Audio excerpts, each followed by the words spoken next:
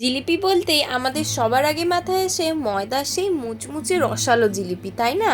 তো আজ আমি বানাবো একটু অন্যরকম, ময়দা দিয়ে নয়, বিউলির ডাল দিয়ে জিলিপি। দেখুন কি সুন্দর মুচমুচে হয়েছে, ভেতরে কিন্তু রস খুব সুন্দরভাবে ঢুকেছে, হাত গড়িয়ে পড়ছে আমার। দেখুন আওয়াজটাও শুনতে একদম মুচমুচ করে উঠছে। তো এই জিলিপি বানানোর জন্য প্রথমেই আমি বিউলির ডাল অনেকটা ভিজিয়ে রেখেছিলাম। প্রায় 5 থেকে 6 ঘন্টা আমি ভিজিয়ে রেখেছিলাম ডালটা, যাতে একদম নরম হয়ে যায়। তারপরে সেটাকে নিয়ে আমি মিক্সিতে দিয়ে একটা পেস্ট বানিয়েছি। তবে আপনি যদি এই পেস্টটা খুব বেশি পাতলা করে নেন তাহলে কিন্তু জিলিপির সেই গঠনটা আসবে না।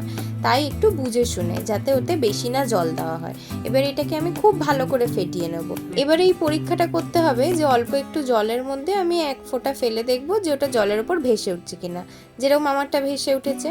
এবার ওই পেস্টের মধ্যে আমি দিয়ে দেবো একটু নুন, হাফ বাটি ময়দা দিয়েছি, 1 কাপ চালের গুঁড়ো দিয়েছি, আর উঁচু করে 2 চামচ আমি কর্নফ্লাওয়ার দিয়েছি। আমি এখানে ডাল নিয়েছিলাম 200 গ্রাম, তাই 75 গ্রাম মতো আমি ময়দা দিয়েছি, আর 100 গ্রাম মতো আমি চালের গুঁড়ো দিয়েছি। এবার এই সমস্ত উপকরণগুলোকে আমি ভালোভাবে মাখিয়ে নিয়েছি। আচ্ছা, আমরা তো দোকান থেকে, মেলা থেকে প্রায় জিলিপি কিনে খাই। একটু বাড়িতে বানিয়ে দেখি না কেমন লাগে। কথা দিচ্ছি, যদি এইভাবে বানাও তাহলে মেলা থেকে বা দোকান থেকে জিলিপি আর কিনে খেতে লাগবে না। ইচ্ছে হলেই বাড়িতে বানিয়ে ফেলতে পারবে মুচমুচে এই মিষ্টি জিলিপি। আর বাড়িতে থাকা এরকম কিছু সাধারণ উপকরণ দিয়ে যে জিলিপি বানানো যায়, সেটা কিন্তু অনেকেই জানেন না।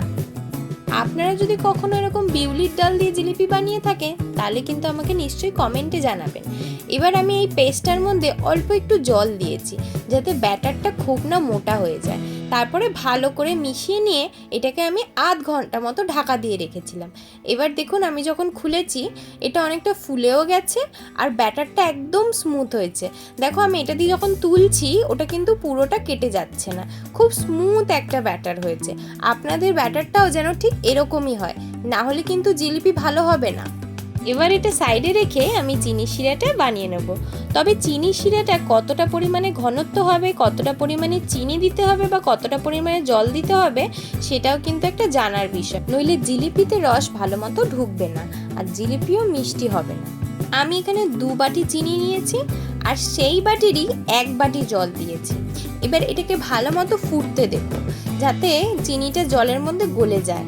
আগেই কিন্তু আমরা কিছু করব না, যতক্ষণ না ফুটছে এটাকে ভালো মতো নাড়াতে থাকবো। নাড়িয়ে নাড়িয়ে যখন দেখবো চিনিটা গলে গেছে জলের মধ্যে, তখন বুঝবো আমার চিনির শিরাটা তৈরি হয়ে গেছে। আর এটাকে ভালো মতো ফুটতে দিতে হবে। তখনই আমি একটু ফুড কালার অ্যাড করেছি। ফুড কালারটা অপশনাল, আপনারা নাও অ্যাড করতে পারেন, এতে কালারটা দেখতে সুন্দর আসে। এবার আমি একটা দুধের প্যাকেটের 1 কোণ কেটে নিয়েছি। এটাই কিন্তু আমাদের জিলিপি বানাতে সাহায্য করবে। আমি দুধের প্যাকেটটার একটা কোণ কেটে নিয়ে অপর দিক থেকে এই ব্যাটারটা, ডালের ব্যাটারটা ওর মধ্যে ঢেলে নিচ্ছি। দেখুন কিভাবে করছি। এইভাবে করলে কিন্তু আপনাদেরও খুব সুবিধা হবে, আর বাইরে থেকে কোনো জিনিসও কিনতে লাগবে না। বলুন তো, আপনারা কি জানতেন এই সহজ উপায়টা? বা তেলে ভাজার আগে আমি একটুখানি এর ওপরেই পরীক্ষা করে নেব যে কেমন ভাবে হচ্ছে। দেখুন আপনারাও দেখে নিন যে কিভাবে আমি করব, আর কত সুন্দর হচ্ছে না। ব্যাস, এইভাবে আগে প্র্যাকটিস করে নিলে তেলের মধ্যে আর গন্ডগোল হবে না। এবার আমার পাত্রে তেল গরম করে নিয়ে আমি জিলিপির প্যাচ বানাচ্ছি। দেখুন ঠিক দোকানের জিলিপির প্যাচের মতোই হচ্ছে কি। এবার এগুলোকে ভালো করে ভেজে নিয়ে আমার যে বানানো চিনির শিরাটা আছে তার মধ্যে আমি চুবিয়ে দেবো। তবে একটা গুরুত্বপূর্ণ ব্যাপার হলো, চিনির শিরাটা যেন খুব গরম না থাকে বা খুব ঠান্ডা না থাকে। আপনি হাত দিয়ে দেখবেন যাতে আপনার হাতে না খুব গরম লাগে বা ঠান্ডা লাগে। আর চিনির শিরা থেকে তুলে আমার তৈরি গরম গরম মুচমুচে দোকানের মতো কিন্তু বিউলির ডাল দিয়ে তৈরি জিলিপি। কি অসাধারণ খেতে হয়েছে বন্ধুরা! আপনারা বানালে আপনারাও বুঝতে পারবেন। আর আমাকে নিশ্চয়ই কমেন্টে জানাবেন একবার বানিয়ে যে আপনাদের কেমন লাগলো। ভীষণ মুচমুচে হয় আর একদম দোকানের মতো